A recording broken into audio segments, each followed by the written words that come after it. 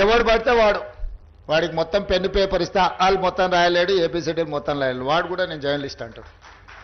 ఏం జర్నలిస్ట్ అంటే నేను సోషల్ మీడియా జర్నలిస్ట్ని అంటాడు. మన పేరు పక్కనే జర్నలిస్ట్ అని పెట్టుకుంటాడు. అది మొత్తం వాళ్ళ ఇంటి పేరే అయినట్టు, వాళ్ళ తాతలు ముత్తాతల నుంచి జర్నలిజంలో పుట్టి పెరిగినట్టు జర్నలిస్ట్ ఎల్లయ్య, జర్నలిస్ట్ పుల్లయ్య అని పెట్టుకుంటారు. వాడు ఎప్పుడైనా జర్నలిజం స్కూల్లోనే చదివిండా, లేకపోతే ఓనమాలు మొత్తం అన్నీ వస్తాయంటే ఆ రెండు రావు.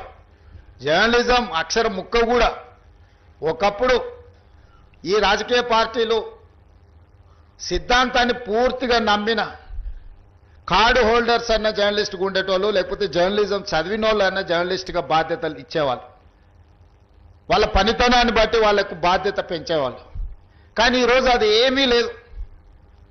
ఎక్కువ ఆవారగా రోడ్ల మీద తిరిగేటోడు, ఎక్కువగా తిట్లొచ్చినోడు, ఏదంటే అది మాట్లాడేటోడే ఈరోజు జర్నలిస్ట్ అనే ముసుగు తోడుకొని సోషల్ మీడియాలో అందరి పట్ల అసహ్యకరమైన భాషను ఉపయోగించే పరిస్థితులు వచ్చినాయి.